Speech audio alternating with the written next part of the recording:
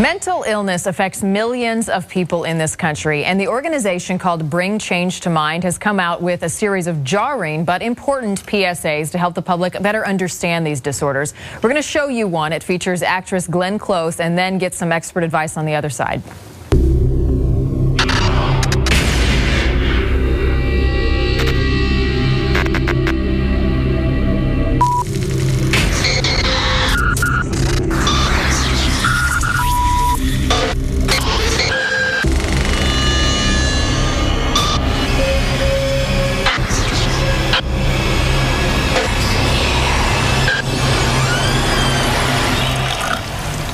Hi there. Sorry to disappoint you if you're expecting a lunatic on a rampage. I'm Kalen, and I've been living with schizophrenia for 11 years. People like me with a diagnosis of mental illness face stigma and discrimination every day. Luckily, I've had the support of family and friends to help me live a full life. It's time to talk about mental illness. Start the conversation and pledge to end stigma at bringchangetomind.org. And it definitely does get your attention. Glenn Close is helping lead that charge and raising awareness about mental illness after dealing with it in her own family. And here to help us better understand the disorders is Dr. Greg Jantz. So let's have the conversation. Bring Change to Mind says 1 in 4 families is affected by a mental disorder. That seems really high to me. I mean, we've got five or six people in this room now. So is it that common? Well, you know, we all have a family member or somebody we know that something seems that has happened to them, and we've wondered about them, or they've sought help in some way. I think the shame associated with it and how we label mental illness is my concern. Yeah, so there is a stigma. I mean, we don't have to debate whether there is a stigma, but why is there such a stigma around mental illness? So often when we hear of a shooting or there's some violence in the news, we go and look and go, well, the person's had a history of, quote, mental illness. And, you know, that's a very, very small percentage. And we need to understand that mental illness is on a continuum. And we all will know somebody or deal with it in our lifetime.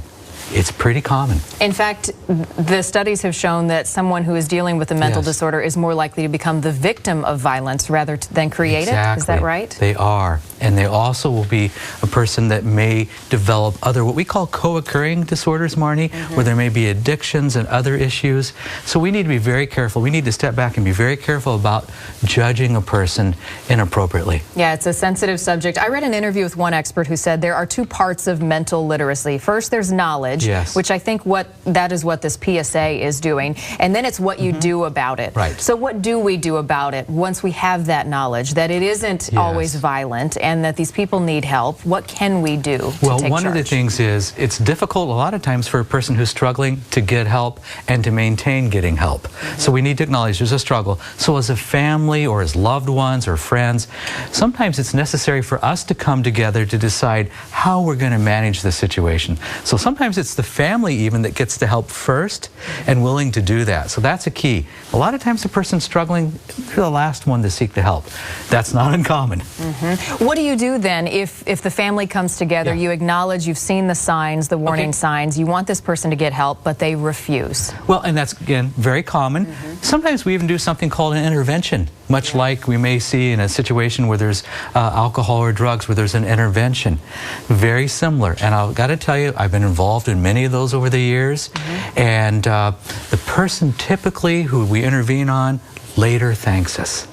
It does come around. And so we've got to be really courageous enough to say, I'm going to take some action, because a lot of times they're struggling with what to do themselves and they don't know how to make the decision to get help. And it's important for people to know at home you're not alone. There are a lot of people that are dealing with this. So you have to reach out. You have to ask for help, because these disorders are not treatable on your own. We need to understand that, first of all, it can feel like we're alone and we don't know what to do.